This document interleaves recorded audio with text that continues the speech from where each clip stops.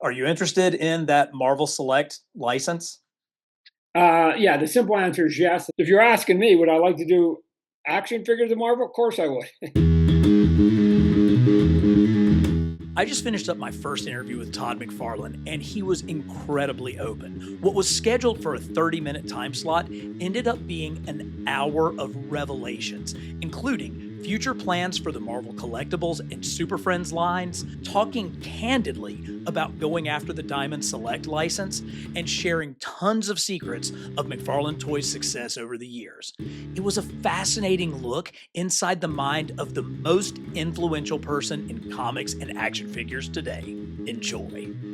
Hey, y'all, and welcome back to Carbon Scoring, the best place for comics history and action figures. And today, I am here with the living embodiment of that intersection between comics history and action figures, Mr. Todd McFarlane. Todd, thank you so much for being here with us today. Good. Thanks for having me, Trey. The problem with being at the intersection is that you can now get hit and run over four different ways. So uh, it gets a little more dangerous when you're trying to juggle more than one skill. So I think everyone that's watching this will agree that you have done so masterfully.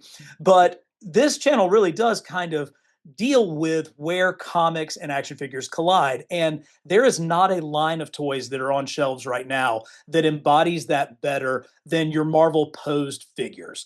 Those are actually bringing real comic book art to three-dimensional life. And I'd love to hear kind of what was the inspiration for that line? Trey, this one's pretty easy, right? Marvel's popular, right? I do toys. Who doesn't want to do Marvel toys? Um, Obviously, Hasbro for the most part it sort of had the market cornered that was there, and I, it just took a long time, right? We didn't have any Star Wars, DC, or Marvel for a long, long, long, long time. I felt like I was the only guy, but we just kept bugging them and bugging them and bugging them and bugging them, and part of it is trying to find a piece of business that they don't feel is impeding upon somebody else. And in this case, not just another licensed person, but Hasbro, who I'm sure, gives them hundreds and hundreds of millions of dollars in royalty, right? So you want to protect your partners. I get it, right? I understand it. I'd be doing the exact same thing.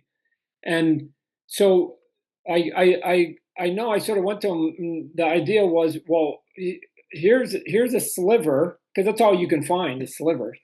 Here's a sliver that I think that you're not going to be stepping on anybody's toe. Why don't you we do artwork that's based on McFarlane artwork, and then I'll get McFarlane to sign it, and then I'll get McFarlane to make it. And so and I'll make sure that McFarlane doesn't sign anybody else's, right? So what the combo of that is not replicatable. So I'm not encroaching on anybody's business. And so it sort of came from that goofy sort of conversation. And then from that, then they went, well, why don't you want to do more than just your own stuff, Todd? And I went, oh, oh, I didn't know, I didn't know that was a possibility. And so they said, yeah, yeah, yeah. We got this whole library, obviously, of characters. I know I'm a comic book guy. The caveat though is that you can't articulate them, right? So you can still do the same things you're talking about. Do you have any interest in that? And actually, that was more it was more liberating, because if I just kept running into my own artwork, I was going to eventually run out of the good stuff. So it was like, yeah, so I can do any artist that I want on any book and whatever else, as long as I hit a couple of things that make it its own, not articulate it. We said we'd add like a sort of a diorama and sort of a story to it, and we'd stay out of the way of sort of some of your, in this case, your one big giant partner. Okay, cool. And now we get to do it. So if you're asking me, would I like to do action figures of Marvel? Of course I would. But you become there's a beggars and choosers, and you just take what you can get. But these do fill a completely different niche. And I wonder, what have you run into as some of the challenges of converting really dynamic comic art, say your cover to issue 300 or 301, where you create this incredible image that's maybe not anatomically fully correct, and then making that into an actual three-dimensional structure. So yeah, there's a couple challenges. First off, at the beginning, we wanted to try and do this black line on it to make it sort of illustrative. I thought that in our first wave, it came out with mixed results. For me personally, art wise. So I was like, and we tried a little bit more, and I think and I've learned that it's like on the right figure with the right artist, it makes sense, but it doesn't work for everything else. So why don't we just try and nail that look in 3D, not illustrative look, just in 3D, and then paint the heck out of it and do some of the stuff that we were, well known for the first 10, 15 years of our life. And just, paint it up and make it look like a cool statue based on artwork and or cover art that may be pretty quickly recognizable. It doesn't all have to be covers. Let me also say, I keep saying Right. to my sculptors and people inside, like, Jim Lee's best Wolverine might have been an interior shot, right? Mhm. We should just be picking cool art and then replicating it. But again, it was an easy way to get our foot out really quickly by saying, hey, it's based on these images, and then you could put the image on the back of the packaging and all that other stuff. Um, but the bigger piece is how do and the tougher piece for a sculptor is how do you take a 2D flat image and now have to turn it and make it 3D. Look at even when we did it with South Park and The Simpsons, you still run into the same problem, Sure. right? Like nobody knows what the back of Homer's head looks like. So you have to extrapolate, right? And in this case, especially for something like my Spider-Man, where you mentioned it, I sort of ignored anatomy, right? They my sculptors really were like, where should basically like where should on the profile, Todd? Where should I put his ass? Because I don't like is the ass up here? Because I can't see it. I know it's back there, but if I put it up there, how does he get his legs there? If I put it down there, it's not connected. So I unfortunately left some problems because of my wonky style to it, and it's true for other artists too. Of that turnaround piece. Look at we did a statue and they did a statue of like Batman, I think 423, the cover where he's black and it's all low. And the Right. question is, Yeah. how do you like how is that folding on itself, right? I mean, in a way that's interesting and makes sense and looks like the artwork. Because I got to tell you, when you're doing artwork, you don't. It doesn't have to really, for me, it doesn't really have to make sense. It just has to look cool, and everybody will go, yeah, yeah, yeah, it's a cape, right? And they're not really following all the folds in and out. So that those are some of the big sort of issues we run into. And you mentioned extrapolating. So for the cover of Hulk 340, it's really just a shot Yeah. of Wolverine from here up with the claws right in front. But the collectible is a full body Wolverine. Did you go back and redraw the full Wolverine for the sculptors to have a sense of what to make that figure No, but a lot collectible? of time, a lot of times I act and I get people. It's just faster sometimes for me to pose. Right? I get Mhm. somebody in the office and go, "Hey, I'm going to stand here. I'm going to do a pose, and then I want you to just walk around me and take photos." I did that a lot with sports figures. And the Yes. sports, I would say that when we did the sports figure and we're doing sports figures again, we run into the exact same problem because unless you're a high level athlete that's done that pose, sometimes you don't know, like when a pitcher's pitching, right? Like here, so you got right here. So where's the elbow? right? Where is it? If I go sideways or looking straight down, is the elbow in line with my chest? Is it further in front of my chest, or is it back behind my chest? Right? Yeah. Each one of those not only is a decision, but from my perspective, you have to get it mostly right because it doesn't look authentic. And luckily, I'm an athlete, so I've sort of done all of those poses. So I would literally go into the pose, freeze, and then get them to take all the photos and down shots so they could see where the feet and the body and the twist of the waist is and all those other things, right? In the comic book, same thing. You just go, especially when things are hidden, right? When Right. things when things are hidden. If I'm like this, like where exactly is my shoulder? And then if I've got a hand here, where is the elbow? Again, is it in? Is it out? Like, okay, there's no wrong technically in the comic book end because nobody knows. There is a wrong when you're doing like an actor and or an athlete, right? Those you have to get right because it actually is based on something. Yeah, absolutely. There's definitely way more play in the comic book world than there is in the sports figures world. Right. So what the golden tray is that, and let's use Spider-Man because he got the arms up here and the feet up here and everything. Oh shit! Oh, it's all up here. The goal then is, can we make it look as dynamic as much as possible in as many turns as possible? Like if they don't want it straight on or they don't want it the same angle as the comic book, they want to turn it here, does it still look good, right? Mhm. Because to me, I think that, and we've done this with actual statues, where we put it on a base that's like a lazy Susan, and you can turn it like the name stays the same, whatever you have here, but then you can take your figure and turn it because I don't know, everybody's got their own artistic eye, and they might like the figure at this angle here better than this angle here. So I try to give as much flexibility when we can to the consumer to basically be able to have a little bit of input in how their toy is presented. But given that we don't have that with our figures, then they got to put it on a shelf. Does it look good here, here, here, here, here? Okay, if we can sort of get there, then I think we did our job.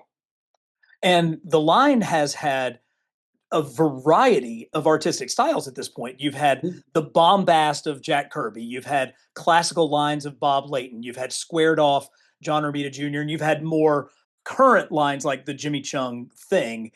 Is there a particular artist that you would say, I just don't know how we're going to convert that into 3D form? No, I don't think so. I think because they're each their own little baby, right? They each have Yeah, their own little personality, and you go, hey, if we're gonna do Neil Adams, that the way you're thinking about it and the way you're trying to figure out is different than if you're doing Mike Mignola, right?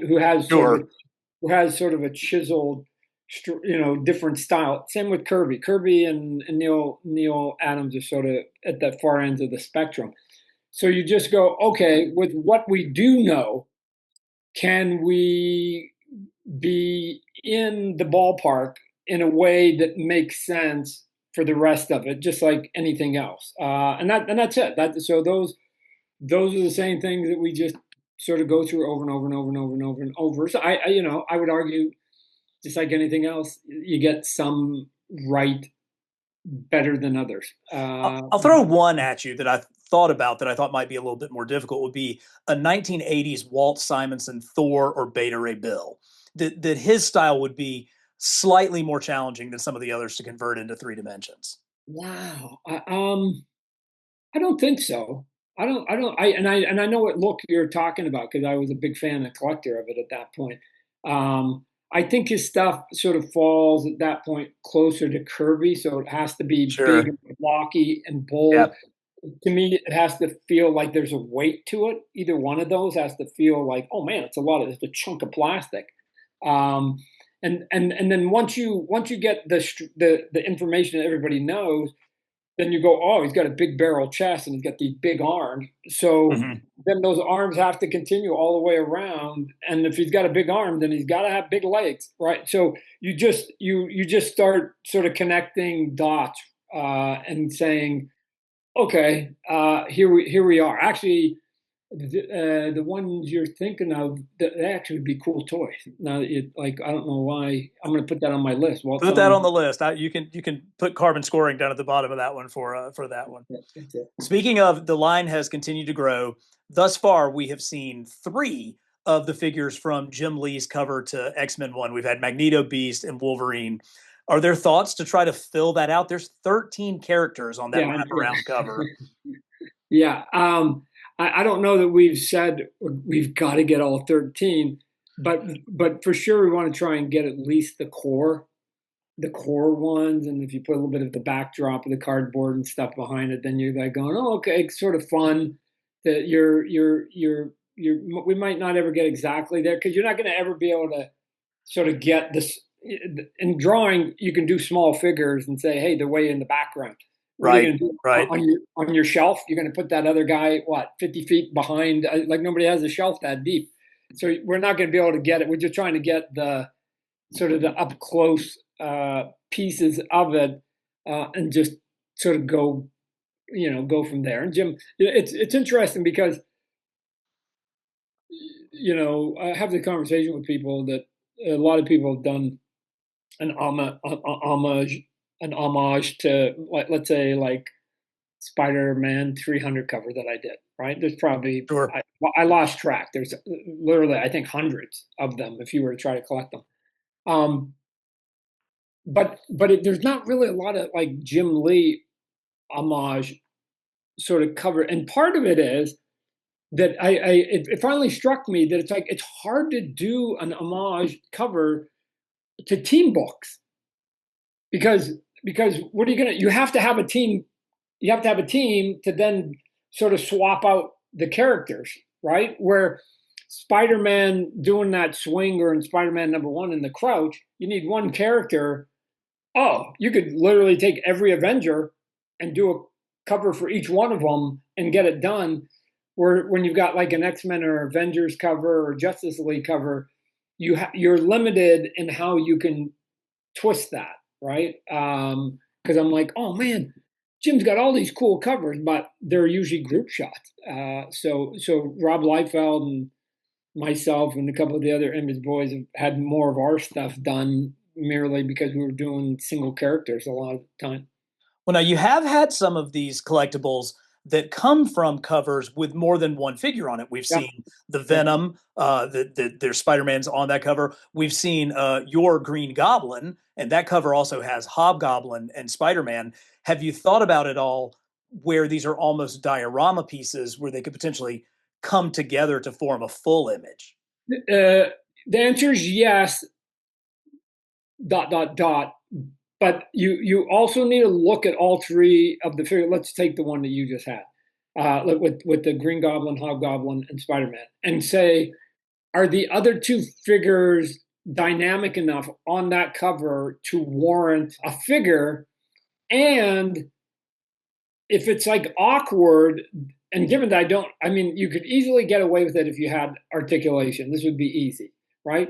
But in like the Amazing Spider-Man 316, which is the hunched over Venom cover, like I don't know that I can just sell Spider-Man laying on his back.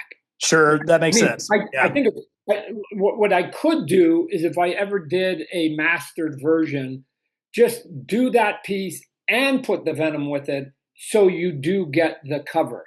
Where something like the Green Goblin cover, Spidey's diving out of the way, doing some really kind of cool pose. I think he's doing some flip on one cover I did that had Ghost Rider on it or something.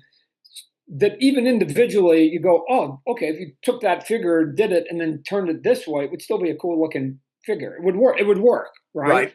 Yeah. So once you get multiple characters, that becomes the challenge. Going back to your word of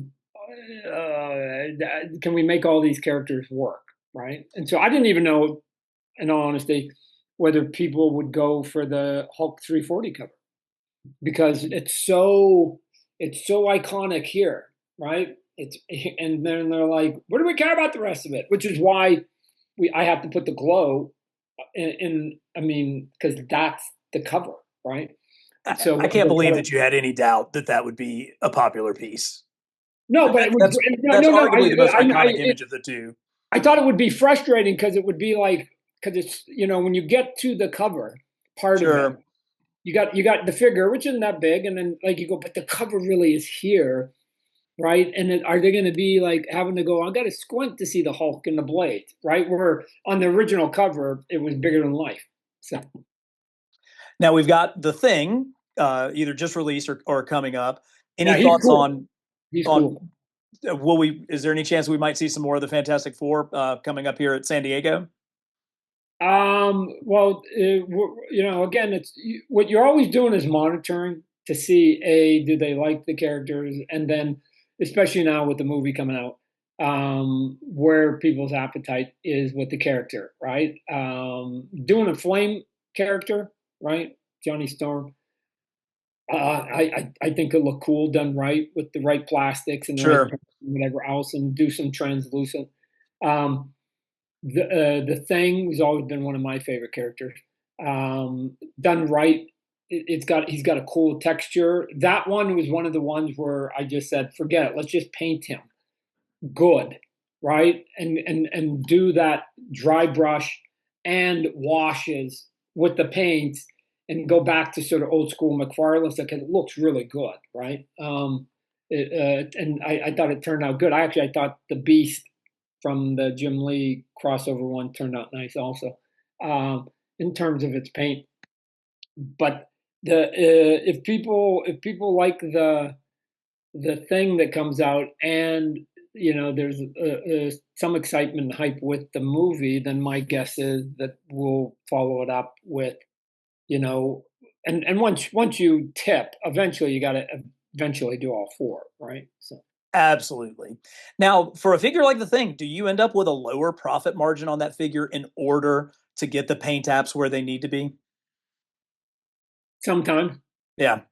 Yeah, sometimes, yeah, you just and this is why I think my company was able to survive and navigate in the beginning of its infancy is I wasn't a public company, and I was 100% owner at that point, and it was like, I don't care, right? I just like, let's just make some cool toys, right? So I make 30 cents on that one, I make 5 cents on that one. So what?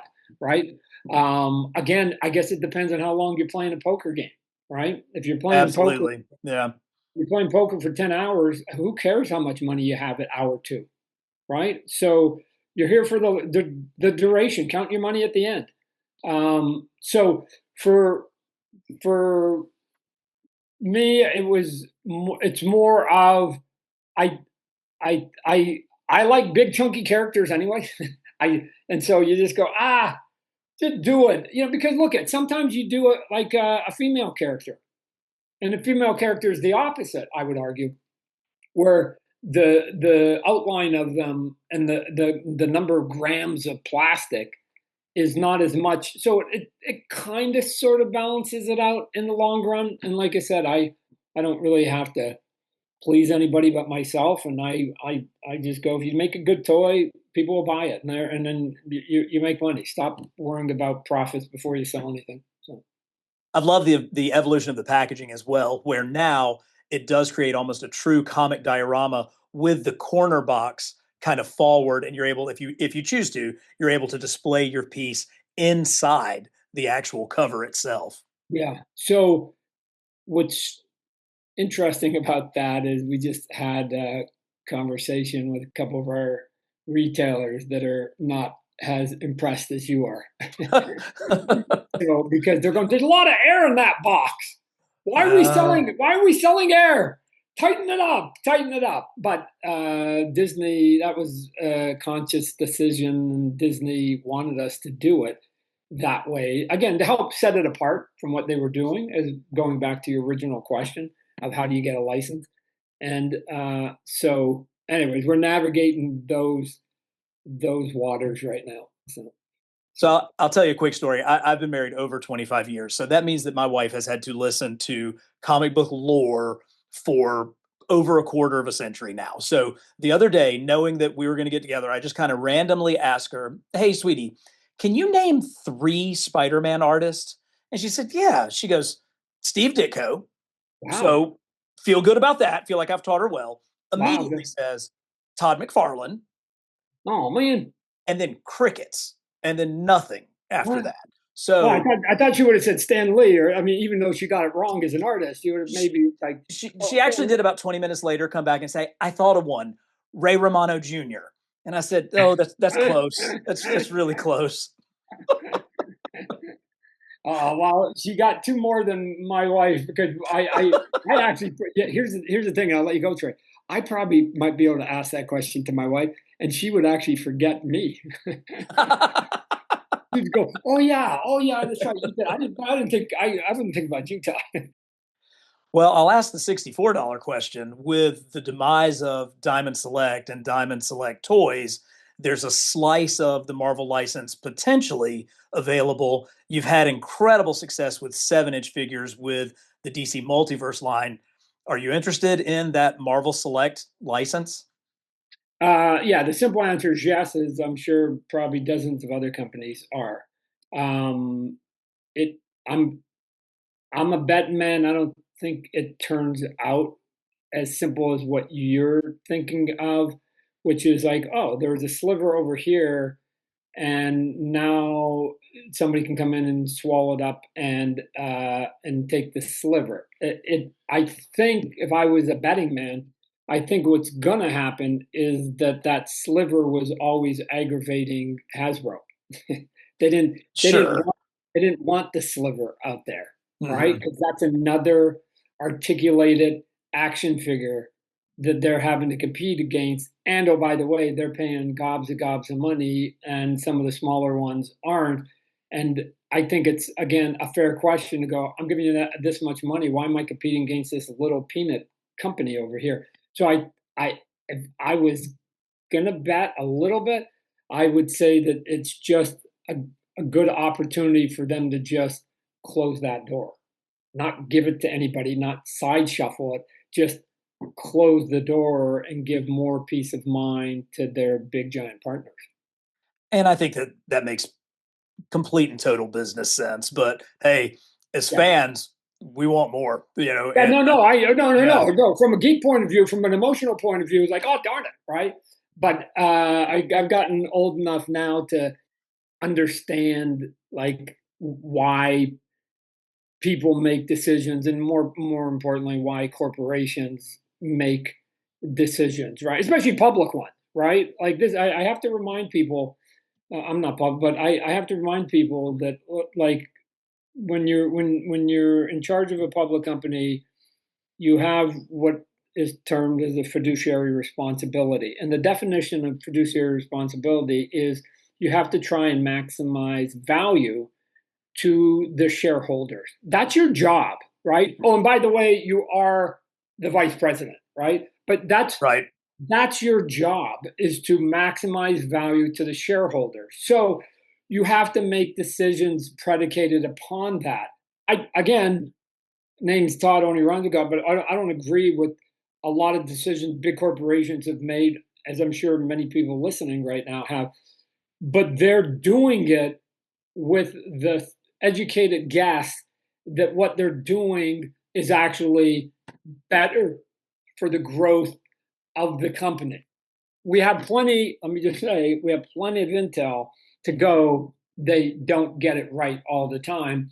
Otherwise, TWA would still be an airline today, and Toys R Us would still be the number one toy store in America. Oh, by the way, so would Sears. Oh, by the way, so would Kmart, right? So big companies over the last 50, 60 years that seemed impossible to fail still, like there are carcasses along the way. But the bad decisions they made, as much as I think that some of those decisions I wouldn't agree with, it's still with the backdrop of they made them with the thought that it was actually the right decision, right? So you some stuff is head scratching. I don't get it, but I've been at this thing long enough and I'm old enough to go. I understand. I'm an adult. This is how it goes. I just try and figure out where I can navigate in a way for sometimes a long period of time and sometimes temporary. So So it feels to me that your figures go from our initial seeing them as concepts or as full renders to the store shelves faster than anybody. Is that part of the nimbleness of not being a public company and being able to be more flexible and a little bit quicker with things? yeah, yeah. If you're gonna be David to the Goliaths, then you do have to you have to have some advantages, right? I've said plenty of times, Trey, the biggest negative of my company, toy company, is our size. The greatest asset of our company is our size. Yeah. And I would say the same with the big guys, right? Of the big conglomerate, the 900-pound gorillas, the biggest asset is their scale. Their greatest, I think, weakness is their scale, right? They don't move fast. So if Yeah. they don't move fast, I can move fast. To your point, it's done right, depending on what you talk about, is valuable to certain people. I'll give you an example. I can go into Walmart, Target, sit down with the buyer, come up with an idea on Monday, and they say, "Hey, Todd, is there any way you could do this or this or this?" So I'm going, you know what? It's Monday. Give me a day to get back to the office, gather my people, and talk about it. I'll give you a call. By Monday night, in a lot of cases, I can phone them up and say either yes or no. And if the answer is yes, by Wednesday, we're already beginning to lay bricks to build that house, right? That, So in 2 days and 48 hours, it's like I can go here. Where the big companies, you might imagine, it takes them 3 weeks just to have the initial conversation of whether they can even formulate the right question to act like. So that's it. There are advantages, although our scale will never have been told this more than once by retailer. Todd, you don't do enough business with us to either get us fired or promote it, right? Like if it sells every single piece, it's still not going to be good enough to get me a raise. And if you don't sell anything, we didn't spend so much on you that it's going to cripple the company. So what you are though is a breath of fresh air and a diverse product in terms of a variety at different points, and you do stuff that others can't do. And we need to have not just vanilla and chocolate ice cream all the time. We need a little bit of tutti frutti, and that's me. It's a So fascinating peek behind the scenes and really does point out, the significant difference between a Lego, a Mattel, a Hasbro, and what you're able to accomplish and the speed and the decision making and the go-getiveness that it allows you to tackle and take on projects that they are just going to get mired in the mud with. Trey, I'll add sometimes also too. I'm a perfect political football, which basically means that you've got, I'll just hypothetically, you've got Mattel over here, and they've got like this much space, and then you got Hasbro over here, and they got this much space, and then in between is all the rest of us, right? I'm just one of 10 other companies in between. But I know when one of these big boys has gotten one of the retailers angry because all of a sudden I get a phone call out of the blue and they want to buy double. Now, why would they Ah, want to buy yeah. double? Why would they want to Uh, buy double today out of the blue? And the answer is they're sending a message. They're going, guys, this is how much space you each get. You, because you said did, I don't know what happened, but somebody irritated somebody. So we're going to take a little bit away and we're going to give it to one of the guys in the middle. And sometimes I'm the middle guy, right? And I'm just like, woo. So whenever that happens, Trey, let me tell you, that I make sure that I remind all my employees it's short term, right? Because at some point, the big boys are going to repent, and whatever happened, they're going to get back on the good graces, and then they got to come and take it back away from me and give them the space back. And so, but that's okay. In the meantime, woohoo, we got 3, 4, 6 months of added sales. So that's good, because then if we have a soft period, then that makes up for it. So it's cool. I love it. I'm really glad you brought up the sports figures, and I'm so glad to see those back on shelves. Like yourself, I am a huge sports fan, but I live in South Carolina, so we are consumed by college sports. I went to Clemson. My whole passion is Clemson football. And over the years, I have been able to get customizers to take your figures and create some absolutely beautiful custom Clemson action figures, down to the point where they actually have the tattoos right. Yes. Yes. So I just kind of wanted to get your opinion. Is that stealing your IP, or is that a creativity and a growth of something that you also love, that you appreciate and enjoy? If people want to customize an item that they have that they've paid for, God bless them. What are you talking about? You can buy a house and repaint the walls if you want, right? It's your property, right? Once it's somebody's property, they're allowed to do with it any way they want. The bigger question is, why don't we do more college? And the simple answer is because it's, for the most part, Trey, unfortunately, it's regional, right? And we ran into it, and this may seem like an odd comparison, but we ran into it with NASCAR. Oh, and those are some absolutely fantastic figures. The Jeff Gordon standing up on the door of the 24 is one of the most beautiful figures in my collection. Yeah, but what I found, because I was sort of new, got introduced to the world of NASCAR, I just assumed it was like buying bubblegum cards or buying like the Spawn series of the DC Multiverse line, or like you just buy the series and you like, oh cool, I've got them all. And I quickly found out that it's like, I'm a Ford man. I'm buying me one of them Dodge drivers. So and so college football is the same. Like, are you out of your mind? I'm no way. I'm Oklahoma State, not the University of Oklahoma. I mean, Oh, that's even in the same state, right? those are I can't even absolutely, get you're them. not going to do that. Like Right.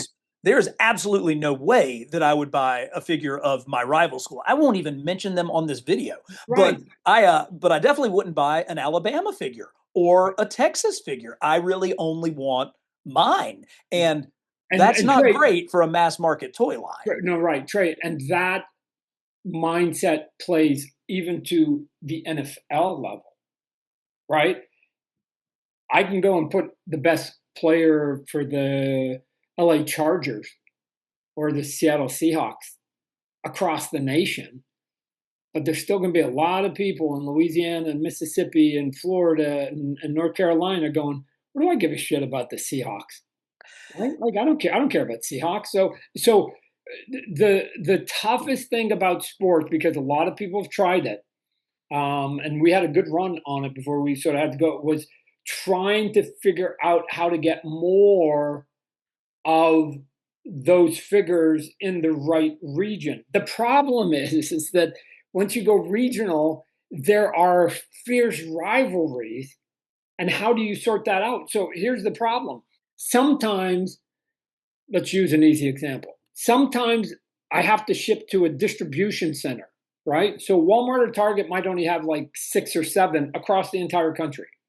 So I go, okay, I got to put it to distribution center number 2. But distribution center number 2, because it's not about my toys, it's about their company, goes all the way up to Boston and all the way down to Baltimore, which basically means they have Yankees fans and Red Sox fans. Now, I'm going to have an equal amount of Red Sox and Yankees in both those places. How many Yankees do you think I'm selling in Boston, and how many Red Sox do you think I'm selling in New York? So we're going, how do we get it so that there's more Yankees over here and more Red Sox. It's really hard, Trey.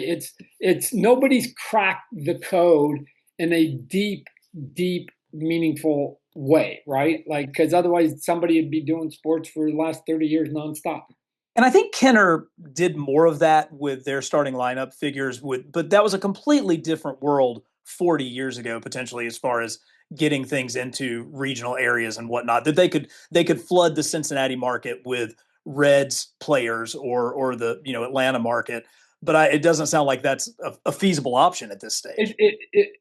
Right, and because the business model has changed. Because at times they've allowed us to dictate where the boxes go, to me that's the winner, especially on the sports stuff, right? Shoot, because if that's Sure. true, I can go into college then, because I can micro Hmm. target, where things are going. Unfortunately, as the companies get bigger and they're really tight about, they don't want me making business decisions for them, because if I'm wrong, the buyer pays for my bad call, right? And Sure. nobody wants to basically get reprimanded because that football stuff isn't selling. And the answer is, well, I'm not buying it. The guy making the football stuff, like, nobody wants to say that to their boss. So they've taken over the micromanaging, and some of the stuff that used to be done, to your point, like what was happening in Kenner's, doesn't exist. It just doesn't exist anymore. Yeah. Any more than Hot Topics and Babbage's and KB Toys and all these other places we used to sell figures to. They don't exist either. So you just sort of adapt to what's going on in life, or you become a dinosaur. Yeah, that's a challenge that actually didn't occur to me, and I can completely see it when you explain it that way. I love the Superpowers figures or the Super Friends figures. They're great. I as being the same generation, loved the Batman '66 line. I'm so thankful for everything you did with that. Are we gonna? There's leaks of a third wave. Do you have potential for waves 4 and beyond? Yeah, we have our list. Just depends on, again, how fast we can get out, and or the success of the prior one, right? Right. Because we're only as good as the prior series of anything we do. The Batman '66 line with the Bat Boat, the Bat Cave, the Wayne Manor, the Villain's Lair. I would really love to see a Hall of Justice, even just as a backdrop for the Super Friends. That would be such a Yeah, cool yeah, piece. yeah. Well, no, we've talked about that one for a long time. Yeah. Yeah, yeah. Okay, that's great. That is so good. You revolutionized the look of the most popular comic book character of all time. And then you co-founded the most dynamic and diverse comic book company that's publishing books today. You created the most popular independent superhero that has ever been. You started a toy company that completely turned the industry upside down, setting new standards in sculpting and paint detail. And you've owned some of the most priceless, precious pieces of sports memorabilia that have ever existed. Why do you get up in the morning? What's left? What is your why at this point? Tomorrow. What are you talking about? Tomorrow is always going to be my best day. I don't like, so what? So I did that yesterday. What can I do tomorrow? Right? Like, if you think, yeah, otherwise, to your point, if I think that I've climbed the mountaintop already creatively, right? Like even just thrill wise, then you're right. It's time for me to unwind and just sort of relax and go into retirement, semi-retirement, right? I still think I think I've hit a couple home runs. I still think my grand slam is coming. Look at you, just chase the elusive holy grail for your entire life, and then you die, right? Like, you never get it, but you have to think you are. That's the what like,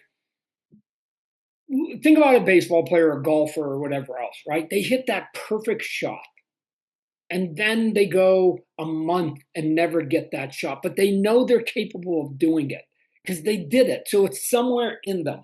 And so you just go, I'm going back out. Why? Because I'm going to find it. And once I find it, can I do it on a more regular basis? I don't know. Like, this is competition. It's a driver. Internal personality it's just a driver. I've been lucky, and there's a lot of luck that goes with success. I don't care what it is you do and what occupation you do. You have to have to succeed. You have to have like luck come every now and then. But I think there are literally millions of people, Trey, that think exactly like I do, that have the wild attitude that I have, that are just like nothing. And let me just tell you, I'm left-handed, so this is a trick I do to right-handed people, especially bros. I try to get them to match me, and they always hit their own heart. Doesn't work when you gotta be left-handed. That Yeah. trick, Uh-huh. that trick, I can hit myself as hard as I can on that side. Yeah. Um, the heart's on this side. Stay away from that. But the, it's not the idea. I think we all have that. You may have had 5 great ideas. What's the stop for most of the time, Trey? The financial wherewithal to put the idea into play. That's why a lot of times when you see big successful companies, there was always the idea man, and then there was like the cash, Yeah. right? And Right. and and I got fortunate enough that when I was at Marvel, we did Spider-Man, that there was some big giant huge sale that came, and I got these royalty checks. I didn't get money and my wherewithal from my page rate. I think my top page rate was $120 at its max. Like that was what how much it was that we were selling, half a million to a million copies of some of the issues, and I would get a little piece of that. That added up. Uh, Yeah. so okay, and then once you start doing your own character like Spawn, you get all of it.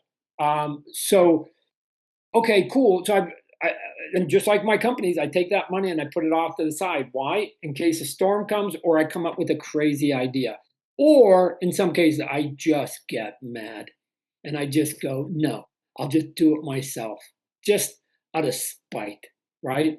And then you do it. Look at Trey. I have to tell you, if I knew everything about the toy company that I know now, and I could tell my younger, I wouldn't have got into toys. I would have gone, Todd, you can enjoy life a lot easier if you don't make these little plastic guys. But you're here, and because I'm not public, and because I'm using my own money, and I've said before, people go, no, no, no, use other people's money. I disavow that. I think you should always use your own money because you don't have to answer to anybody. That I can. I'm fortunate enough to go, oh, I got an idea and I've got the money and it's my money. I can do it any way you want. At that point, you can paint your car polka dots and nobody gets to tell you it's your car and it's fully paid off. Done. The bank and the car lot guy, none of them get to say anything. It's your damn car. So I've had my polka dot car and I get to do whatever I want with it. And I've just gotten lucky that what I've done, other people probably were thinking the exact same thing. They just weren't able to manufacture it. I was. I think I can speak for every single one of us that is very happy that you were not able to go back in time and tell young Todd McFarlane not to start a toy company. Don't look at here is the one goal, and it actually has succeeded way grander than I had thought, at a faster rate than I thought. When I started a toy company under the quick auspices of like, why can't toys just be cooler? That was it. It was that simple of a question, artistically.